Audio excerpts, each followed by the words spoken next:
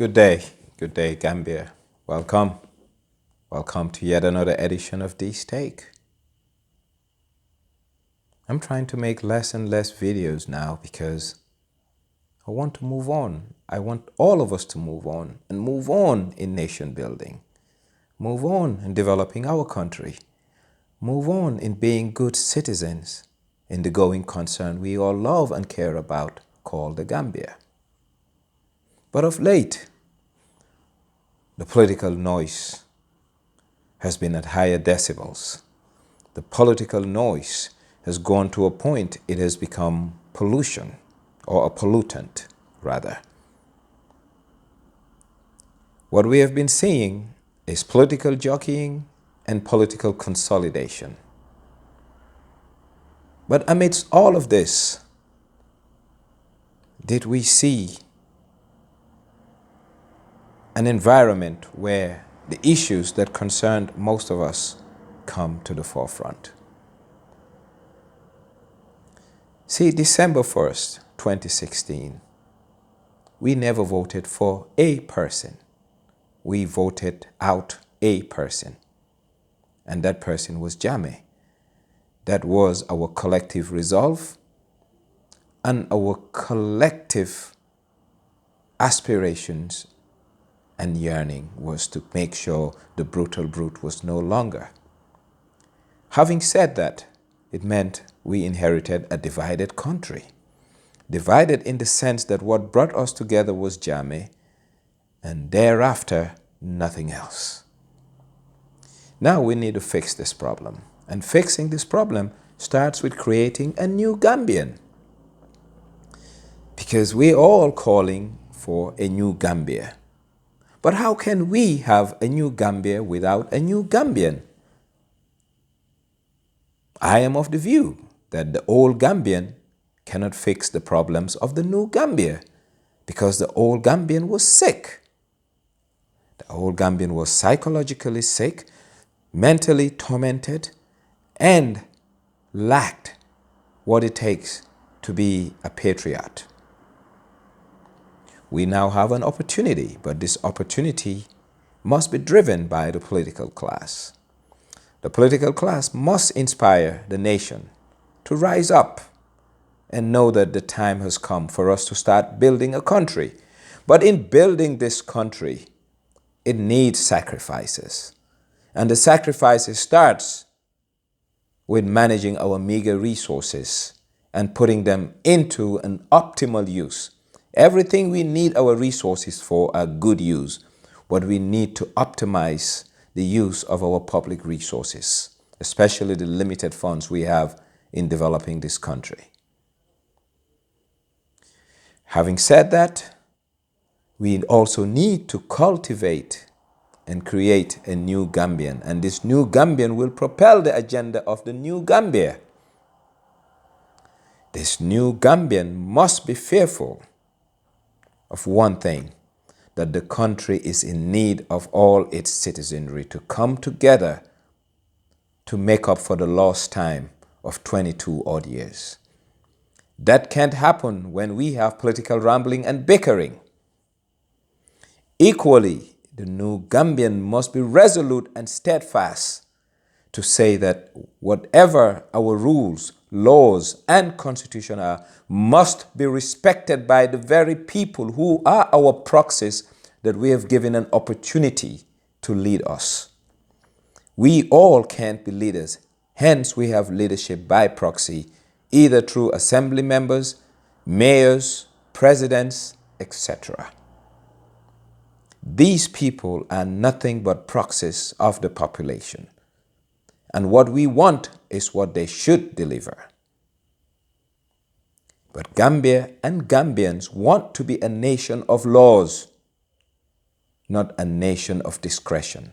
And in the nation of laws, we are guided by the very laws that we've created and adopted as a nation by way of our constitution. We will not and we shall not allow our rights to be abrogated by anybody again. The never again word is something, or phrase rather, is something that the new Gambian has to put at the forefront. Speaking truth to power is not illegal. Speaking truth to power should not put someone in harm's way. Speaking truth to power should not bring reprisal or counter reprisals to people. I am disturbed that the trajectory of this new Gambia is very reminiscent of the old Gambia that we fought for and dismantled. Having dismantled that Gambia, we will never, ever in our lifetimes or that of our children or the next generation of Gambians to come to allow individuals or interest groups to control the greater good's interest. We are worried. Well, some of us who are concerned about civil liberties. Some of us who are concerned about self-expression. These are guarantees that we have, not only as our universal rights, but our Constitution. Equally, tenure is something that is guaranteed, especially contractually.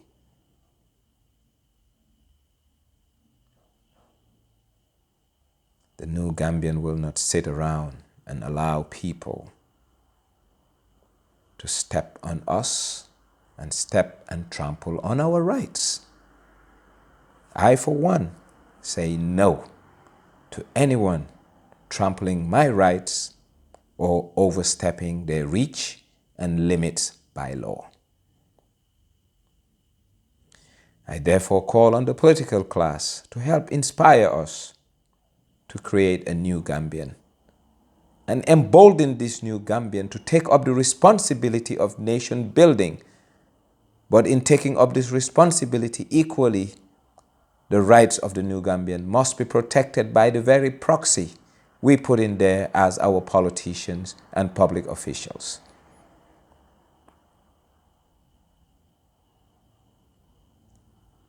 I am not happy with what I am seeing in this country. And the time has come for us not to speak out, but come together collectively as Gambians and say, we want a country that's rule-based.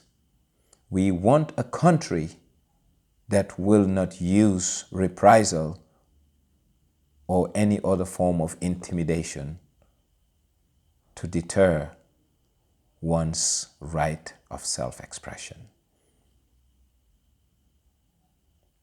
This country belongs to all of us. We may have divergent views politically, religiously, you name it. But at the end of the day, the common denominator that binds us all, it's called the Gambia. And the interest of the Gambia supersedes the interest of any one person or any group of people. I therefore call on my government to remember how they were constituted. This government came to be when we all decided enough is enough, and we went out on that hot sun of December 1st to effect the change that we hoped was going to usher in a new Gambia. But the new Gambia we want to usher, we also want to shed off our clothes of the old Gambia and the old Gambian personality. So some of the things from our past is creeping into our present and future. We will not allow it. We will not tolerate it. We will not condone it. And whatever it takes, we the people will rise up again. The only way forward for this country is to positively build an inclusive society where the rights of people are not only respected, but preserved.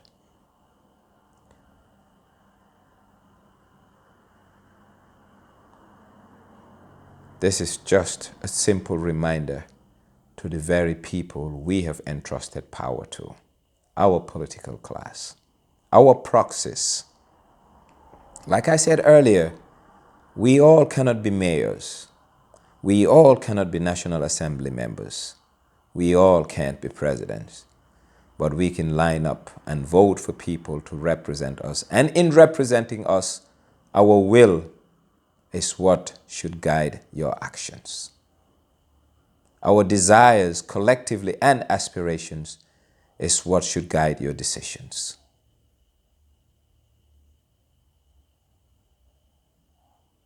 Our national anthem is very clear. For the Gambia, our homeland.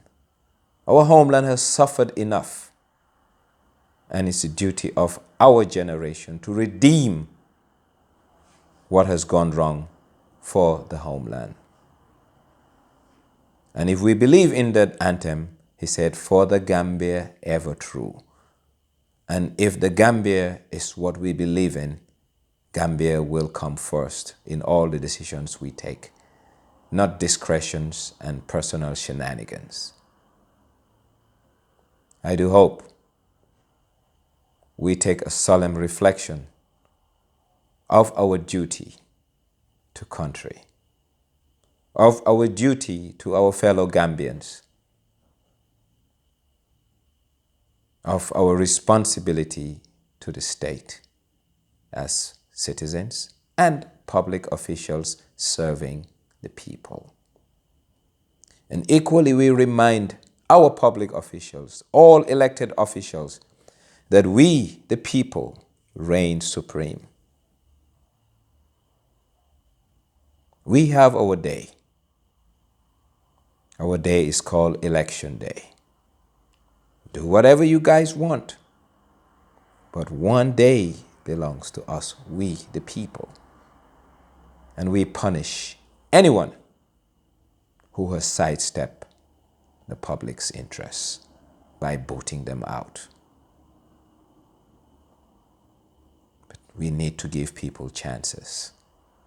We need to create the avenue for our elected officials to work for us.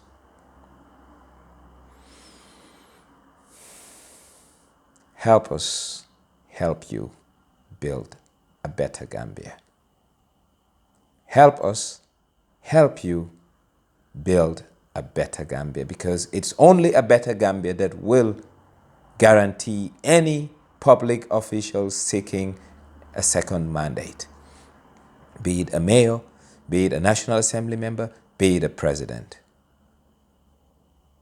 You work for us, we review your scorecard. If we're happy with your scorecard, we'll give you an opportunity.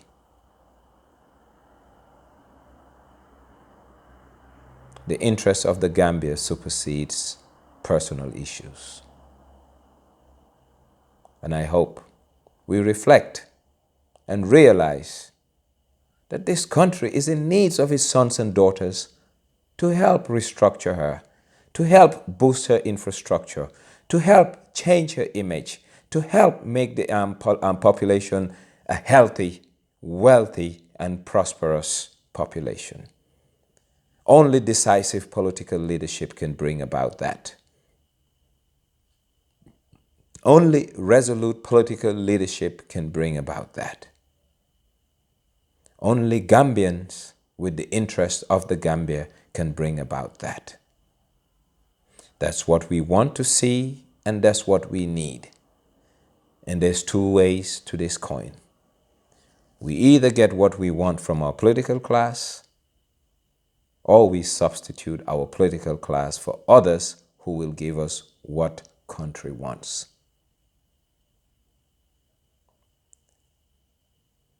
Our hopes are being dashed.